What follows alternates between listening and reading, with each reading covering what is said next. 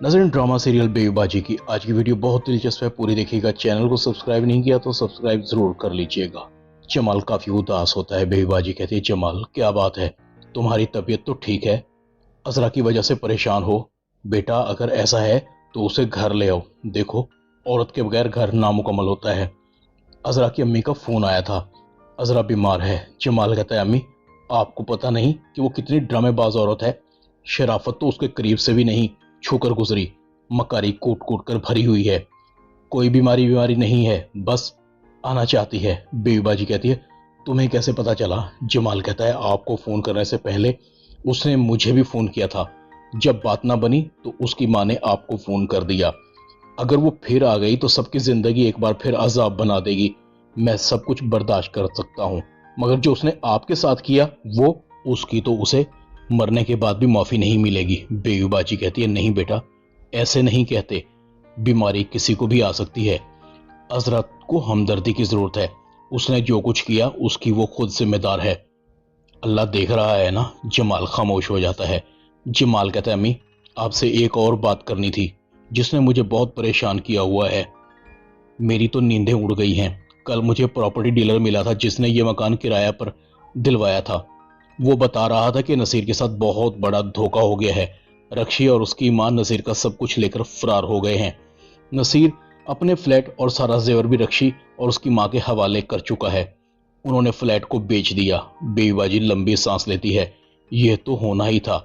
नसीर था ही इसी लायक। बहुत समझाया था तुम्हारे अब्बू ने और मैंने नसीर के सामने हाथ तक जोड़े। वो तो नसीर को अलग दुकान भी बनाकर देने के हक में नहीं थे। वो जानते थे कि नसीर जब भी अलग होकर रहेगा सब बर्बाद कर देगा, और उसने कर दिया। जो लोग अपने माँ बाप की बात नहीं मानते तो जमाना उनको अच्छी तरह से समझा देता है। जमाल कहता है, अम्मी नसीर भाई की दुकान भी काफी दिनों से बंद है, उसका कोई अता पता नहीं। मैं कल उनकी दुकान पर गया था, वहां से भी कुछ मालूम नहीं हो सका। बेईबाजी कहती है, उसे अस्मा की आह लगी है। मजलूम की एक आह ही तो होती है, चाहे वो मुंह से कुछ ना कहे मगर ऊपर वाला इंसाफ कर देता है। बस मुझे अफसोस इस बात का है, तुम्हारे अब्बू ने बहुत कुछ मेहनत से बनाया था, अब इस तरह से गया है तो दुख तो हो रहा है।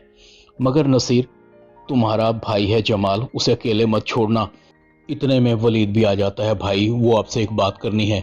वो लाहौर वाले अंकल का मकान पड़ा हुआ है ना, उन्होंने आपको बताया था? जमाल कहता है, हाँ मुझे बताया था, बस मसरूफियत की वजह से मैं उसे देख नहीं सका और बाद में मेरे जहन से भी निकल गया।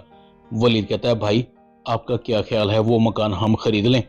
अंकल की तरफ से पैसों की भी कोई टेंशन नहीं है, उन्होंने मुझे खुद कहा है कि आहिस्ता आहिस्ता पैसे देते रहना। जमाल कहता है, हाँ लाहौर वाले अंकल अच्छे आदमी हैं, अब्बू के बहुत ही मुखलिस दोस्त हैं, तुम अम्मी को ले जाओ देख लो। वलीद कहता है, भाई आप नहीं जाएंगे? जमाल कहता है, हाँ मैं चलता हूं ना।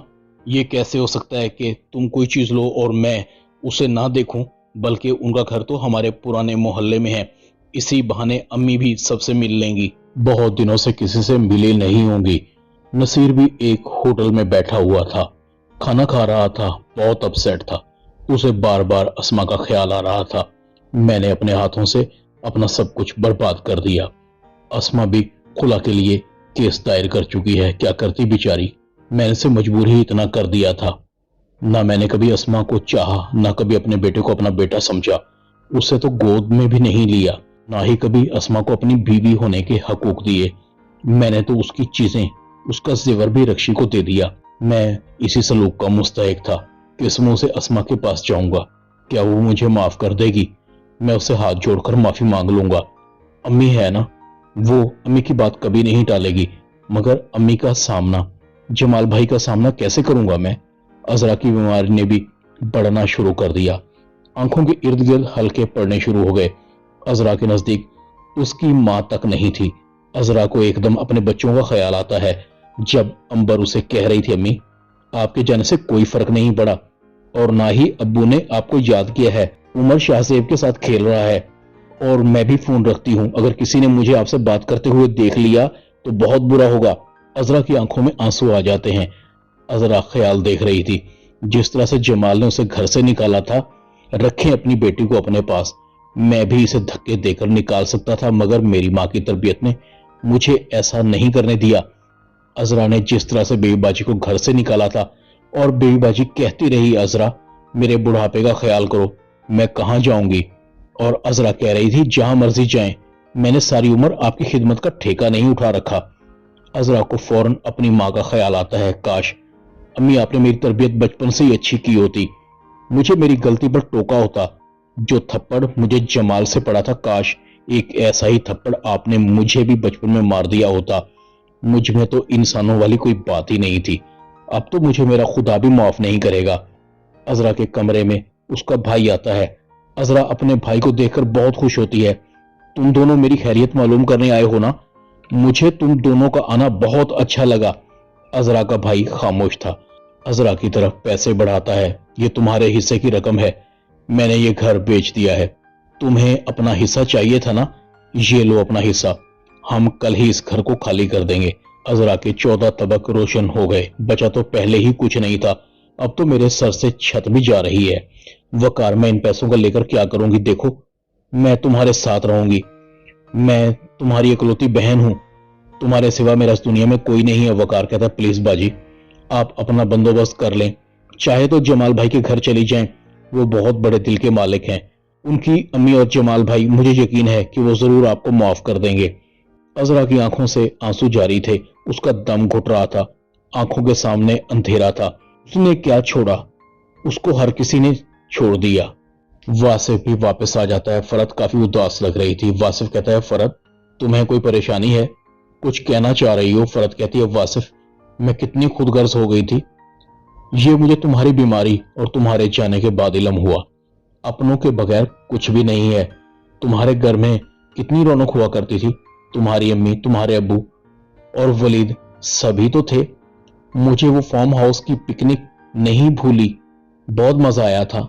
ये जो जिंदगी हम गुजार रहे हैं, ये तो बोरिंग जिंदगी है, काश वो सब कुछ वापस आ जाए। फरहत कहती है, चलें, आप तैयार हो जाएं। आप जाते हुए भी अम्मी को मिलकर नहीं गए, अम्मी को मिलने चलते हैं, उनसे माफी भी मांगेंगे। वासिफ फरहत के बदलते हुए रवैये को देखकर बहुत हैरान हो रहा था।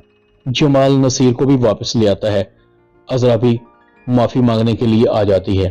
बेबी बाजी जमाल को कुछ कहने का मौका नहीं देती और अजरा को माफ कर देती है। सब मिलकर समन का रिश्ता मांगने के लिए एक बार फिर शहनाज के घर जाते हैं। नसीर अस्मा के पास आता है। तुमने मुझे माफ कर दिया? अस्मा नसीर की तरफ देखती है। आपको एहसास हो गया? नसीर कहता है, हाँ मुझे एहसास हो गया। जो कल तक मेरे अम्मी अब्बू की पसंद थी, आज वो मेरी पसंद है। तुमसे अच्छा जीवन साथी तो मुझे मिल ही नहीं सकता था। बस तुम एक बार मुझे अपने मुंह से कह दो कि माफ किया। कसम खाकर कहता हूं, अब तो तुम्हारे अलावा किसी की शक्ल भी नहीं देखूंगा। अस्मा कहती है, और रक्षी? नसीर का मुंह बनता है, इसका मतलब है कि तुम मुझे माफ नहीं करोगी? अस्मा खुलकर मुस्कुरा देती है और नसीर अपने बेटे और अस्मा को गले से लगा देता है। ड्रामा बेबी बाजी में इतना ही। चैनल को सब्सक्राइब कर दें, वीडियो को लाइक कर दें और बेल आइकॉन के बटन को दबाकर ऑल पर क्लिक कर दें ताकि आपको मेरी नई आने वाली वीडियो का नोटिफिकेशन फौरन मिल सके। अपना ख्याल रखिएगा।